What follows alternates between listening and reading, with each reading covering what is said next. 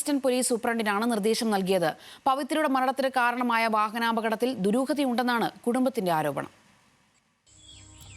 മകളുടെ മരണകാരണം അറിയാൻ 2025 ജൂണിൽ ആരംഭിച്ച യാത്രയാണ് സുലേഖയുടേത്. കഴിഞ്ഞ വർഷം ജൂൺ 18-നാണ് പവിത്ര രാജേഷ് മരിക്കുന്നത്.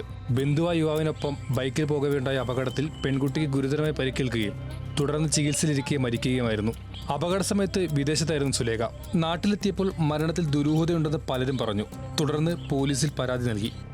എനിക്ക് നല്ലൊരു വീട് വെക്കാനും എൻ്റെ കുഞ്ഞുങ്ങളെ പഠിത്തത്തിനും രക്ഷപ്പെടാനും വേണ്ടിയാണ് ഞാൻ വല്ല രാജ്യത്തും ഞാൻ പോയി കഷ്ടപ്പെടാൻ പോയത്. നമ്മൾ സ്റ്റേഷനിൽ ചെന്ന് ഇതിനെപ്പറ്റി സംസാരിക്കുമ്പോൾ പോലീസുകാർ നമ്മളെ ഇങ്ങനെ ഒരു കുഞ്ഞ് മരിച്ചെന്നുള്ള ഒരു ഇതിൽ അവരൊരു സഹതാപത്വം അല്ലെങ്കിൽ ആ ഒരു രീതിയിലല്ല അവർ നമ്മളോട് പെരുമാറിയിട്ടുള്ളത്. എൻ്റെ കുഞ്ഞിന് എന്ത് സംഭവിച്ചു? അതൊരു ആക്സിഡന്റ് അല്ല.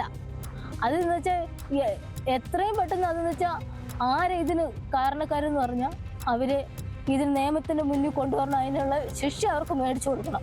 ഇതിനിടെ ഒപ്പമുണ്ടായിരുന്നവർ പവിത്രയെ അപായപ്പെടുത്താൻ ശ്രമിച്ചെന്ന സംശയം ബലപ്പെടുത്തുന്ന തരത്തിൽ ബന്ധുവ യുവാവിന്റെ ശബ്ദ സന്ദേശവും പുറത്തു വന്നു. ഇവനാണ് അവിടുത്തെ, പിന്നല്ലാതെ മാങ്കൊച്ചിയിലൂടെ ഒരു 60 ഒഴിച്ചിട്ട് ഇവൻ ബീർ ഒഴിച്ച് കൊടുത്തില്ലേ അവർക്ക്. അവന് വേറെ പ്ലാനായിരുന്നു.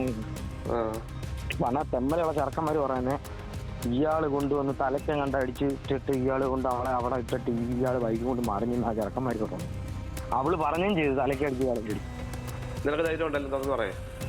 എനിക്ക് ധൈര്യമുണ്ട്. ഞാൻ പറയാം സാറേ, അന്ന് ഞാൻ പേടിച്ചിട്ടാ പറയുന്നത്. എന്റെ അടുത്ത് ഇങ്ങനൊക്കെ പറഞ്ഞു, അതുകൊണ്ടാ ഞാൻ പറയുന്നത്. അന്ന് അവൻ എന്തൊക്കെ എന്നോട് പറഞ്ഞു അതല്ല ഞാൻ പറയും.